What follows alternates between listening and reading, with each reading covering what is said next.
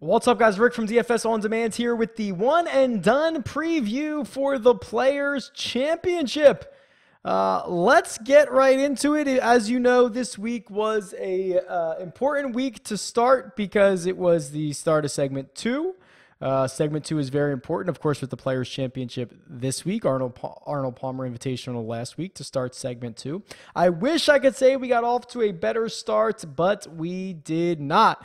We rostered Bryson DeChambeau, and we actually rostered Jason Day, who withdrew, and I had to quickly go check to see who my alternate was, because quite honestly, I don't put a lot of thought into my alternate. Maybe I should when I rostered Jason Day. So I scrambled over to the site to see who we had, and it was Ricky Fowler. Not great. So per the one and done rules, and I think this is a really good way to do it, because Jason Day did not finish the first round, his alternate comes into play. We are able to use Jason Day again. He goes back into the player pool, so keep an eye out for that. All right. I suppose the good news at the Arnold Palmer is that the rest of the field probably didn't do that great either. 177 people had Molinari, but he was like the 7th highest owned golfer. So the most popular with Bryson at 502, Rory at 446, then a big drop off to Rose, then a pretty good drop off to Koepka. All those guys, outside of Rory was the only guy you really wanted there. So here's the final leaderboard. Rory goes T6, and really he was in first. So if you feel like if you add Rory, you're probably not even very satisfied because you think you should have got a win. And if you had the rest of these guys, you're not satisfied either. Koepka misses the cut. Rose, might as well have missed the cut. T63. DeChambeau showed a little life on Sunday, T46, and Ricky Fowler, was actually like 5 or 6 under at one point on Sunday. Gave most of that back, T40. So taking a look at where we currently stand, we got 27,000 from DeChambeau, 35,000 from Fowler.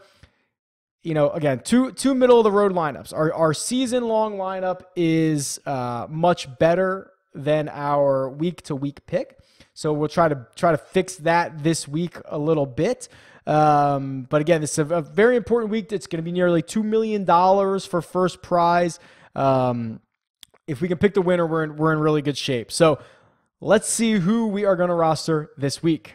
All right, so with the one and done tool on DFS On Demand, and this is really exciting when you get the Players Championship with such a great field, such an iconic course. Sawgrass has got to be one of my favorites.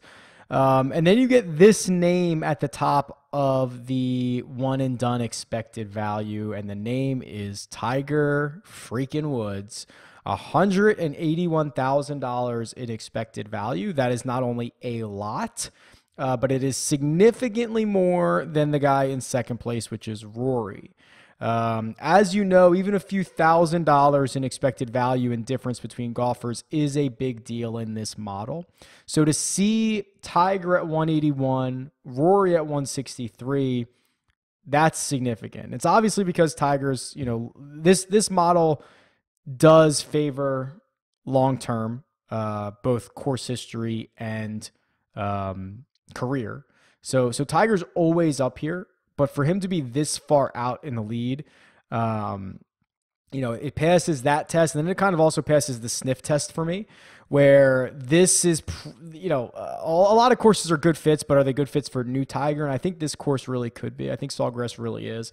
His irons have just been absolutely dialed in. This is a course where more course knowledge, benefits the players. He's played here a ton. So, I think it's a pretty good spot to get Tiger. And then here's the one thing that also kind of helps is here's Tiger in red compared to Justin Thomas and Jason Day.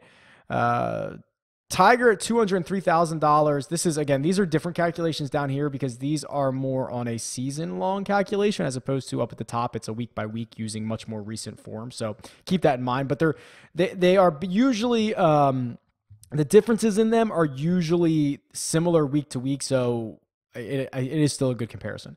And my point being that the expected value from Tiger this week, unless you are going to play him at the Tour Championship, this is the highest expected value you're going to get on Tiger. So if you're going to play Tiger Woods, now is probably the time. And I really, really struggled with this decision on who to play this week. If you go and watch the DFS video, which I highly encourage you to, there's a lot of great plays. There's a lot of great players in the field. Some have really good course history, but the course eats these guys up no matter who you are. Huge prize pool, so you need to play somebody good. For the first time all year, I actually entered someone else and then pivoted off to another player. I've never submitted a one and done pick and then actually moved off of it later in the day or later in the week or anything. I did that this week. Some of my other options, if I really wanted to get sneaky, and a guy I really, really like is Brooks Koepka, who literally just lost a few strokes putting last week, has played really well, tee to green. We can give him a chance to bounce back this week at a course that he's had good success at. Rory, despite just punting, Sundays away, has been on another planet this season. Unfortunately, I think I've actually used him in both lineups already. I haven't used him in my season long, but I already have him bookmarked for a spot. I also like Molinari. Like some guys stay away from someone to go back to back. Molinari has proven that he can easily do that. So I think there's a lot of options here. I did end up going, and I don't know if we want to do like drum roll, please. I'll show you here. I did end up going with Tiger Woods. And the reason I did that is, so I originally put in Brooks Koepka. Because I really like him. I think he's got a great chance to win at a really low ownership this week. But what I did is, as I was going through preparation for this video and as I was looking deeper at the stats for specifically the one and done, I just think this is the best spot to play Tiger. Plain and simple, you do not get another spot like this. We can play Brooks almost anywhere. The expected value is so different. And this model that I've built for the season long, my season long lineup is better than my weekly lineup. Has been really, really good. I should trust it more. So that's what I'm going to do. I thought it would have been a little disingenuous to come on here and say, this is the biggest difference I've seen in expected value this year. I'm not going to play that guy. I think that would have been a little disingenuous. And the fact that Tiger, this is his best spot, I just couldn't pass it up. I do really think it's a good spot. I mean, before I even started looking at the one and done tool, Tiger for me was probably a top 3, right? So I had him narrowed down. He's on my short list. But I just plugged in Koepka earlier.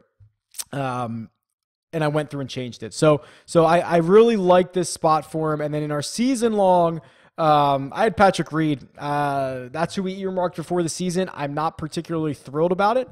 Patrick Reed hasn't been playing great over the course of the recent history, but we're gonna roll him out. That season long lineup's been better. I think the upside is we are going to be one of the few people on Patrick Reed. So no real worries about that. So if he wins it, we're in pretty good shape. There you go. Let me know who you're playing this week. Will it be Tiger? I mean, there's plenty of options. I couldn't blame you to not playing Tiger, but I couldn't convince myself to move off of it. So I'm rolling with it. It's Tiger Woods week. Tweet me. It's at DFS on demand or leave a comment below. I will talk to you guys soon. See ya.